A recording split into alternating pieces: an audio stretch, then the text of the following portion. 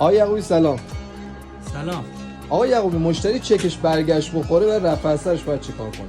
برای رفع اثر چک برگشت یکی اینه که چک برگشتی پاس بشه از حسابش، یا لاشه چک برگشتی رو به بانک ارائه بده، یا این که رضایتنامه محضری از کسی که چک رو برگشت زده بیاره برای ما، یا این که ما به اندازه مبلغ چک به حسابش باید وجه واریز کنه، ما 1 سال مسدود میکنیم حساب چکش رو رفع اثر میکنیم.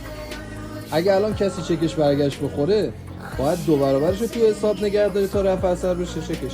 نه دیگه این کار نیازی نیست، به اندازه خود مبلغ چک پول تو حساب باشه کافیه. حتی از اون مبلغی که مسدود شده میتونه ما به تفاوتشو بریزه، ما حساب مسدود میکنیم و مدت 1 سال چک رو رفع اثر میکنیم، حسابش سریعا آزادسازی میشه از طرف بانک مرکزی و صاحب چک هر موقع به